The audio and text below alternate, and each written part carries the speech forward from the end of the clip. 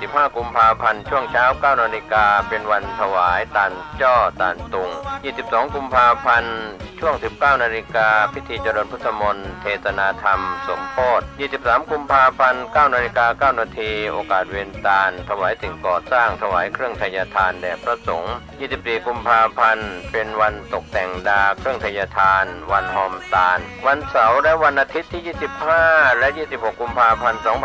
2566 ตั้งแต่เวลา 9 นาฬิกาเป็นต้นไปคณะศรัทธาวัดวังสิงห์คำและหัววัดต่างๆแห่เครื่องทยทานเข้าร่วมทำบุญในโอกาสนี้ก็เชิญชวนศรัทธาสาธุชนร่วมทำบุญรับเป็นเจ้าภาพสังฆทานถวายพระมหาเถรานุเถระที่นิมนต์มาเจริญพุทธมนต์สังฆทานถวายหัววัดและขอเชิญชวนทุกท่านร่วมงานและร่วมทำบุญในครั้งนี้โดยทั่วกันติดต่อบริจาคร่วมทำบุญได้ที่วัดวังสิงห์คำ 081-783-6540 ได้ทุกวันก็เป็นงานบุญงานกุศลฉลองท้าวรวัตถุและเสนาสนะปล่อยหลวงฉลองสมโภชการก่อตั้งวัดวังสิงห์คำครบรอบ 149 ปีณวัดวังสิงห์คำตำบลป่าแดดอำเภอเมืองเชียงใหม่จังหวัดเชียงใหม่ 15 กุมภาพันธ์ถึง 26 กุมภาพันธ์ขอเชิญท่านร่วมงานบุญนี้โดยพร้อมเพรียงกันลุงแดงเป็นเจ้าอาวาส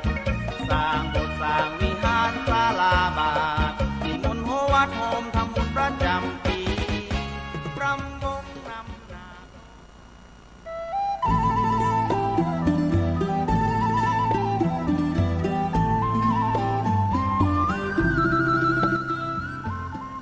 ข่าวสารเพื่อการประชาสัมพันธ์ด้วยพลังพุทธานุภาพธรรมานุภาพสังฆานุภาพเทวานุภาพนาคานุภาพแห่งบรมครูบาอาจารย์ปู่ฤาษี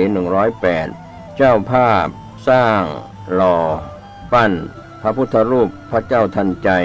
โดยมีคุณแม่ชีพจนาพรวิศรีวรพัฒน์นางสาวสุนทรีวิศรีปัตย์นางสาวยานทัศน์วิศรีปัตย์พร้อมครอบครัววิศรีวรพัฒน์ครอบครัววิศรีปัตย์เชิญร่วมเป็นเจ้าภาพหล่อปั้นบรรจุหัวใจนามพระพุทธรูปพระพุทธสถิตพจนาภรณ์วันอาทิตย์ที่ 7 พฤษภาคม พุทธศักราช 2566 พิธีเริ่มเวลา 9 นาฬิกา 9 นาทีร่วมสร้างบุญได้ตั้งแต่วันนี้เป็นต้นไปติดต่อสอบถามร่วมบุญได้ที่พระครูสถิตธุราธรเจ้าอาวาสวัดสันขยอมอำเภอสันทรายจังหวัดเชียงใหม่ 0806849835 และที่พระครูประหลัดกิติพงศ์กิติโสพโนด็อกเตอร์ผู้ช่วยเจ้าอาวาสวัดสันขยอม 0962629694 เชิญท่านร่วมบุญร่วมกุศลในคราวครั้งนี้โดยพร้อมเพรียงกัน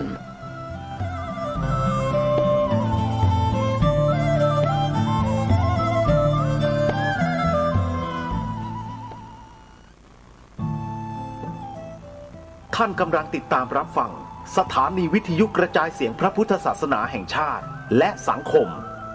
คลื่นเพื่อการศึกษาพระพุทธศาสนาและวัฒนธรรมระบบ FM 104.5 เมกะเฮิรตซ์รายการต่อไปเป็นรายการคดีโลกคดีธรรมที่จบไปแล้วนั้นเป็นรายการคดีโลกคดีธรรมดำเนินรายการโดยพระครูประหลัดณรงค์ฤทธิ์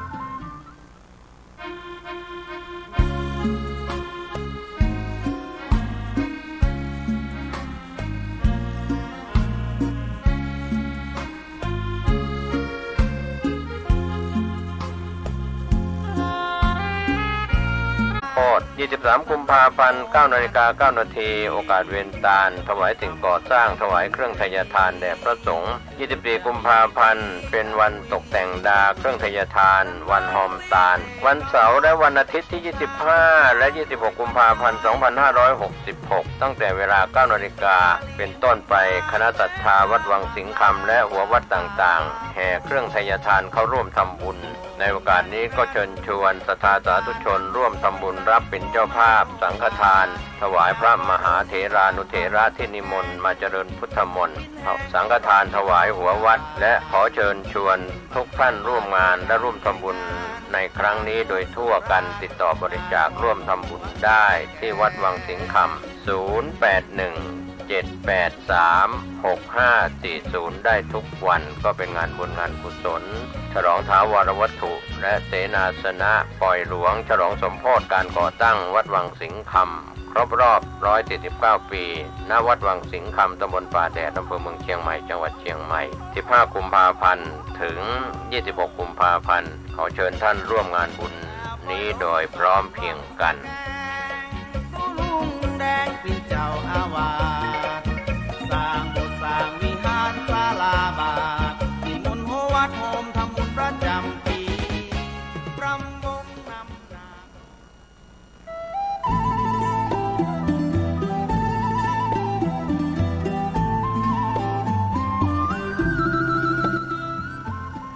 ข่าวสารเพื่อการประชาสัมพันธ์ด้วยพลังพุทธานุภาพธรรมานุภาพสังฆานุภาพเทวานุภาพนาคานุภาพแห่งบรมครูครูบาอาจารย์ปู่ฤาษี108เจ้าภาพสร้างหล่อปั้นพระพุทธรูปพระเจ้าทันใจโดยมีคุณแม่ชี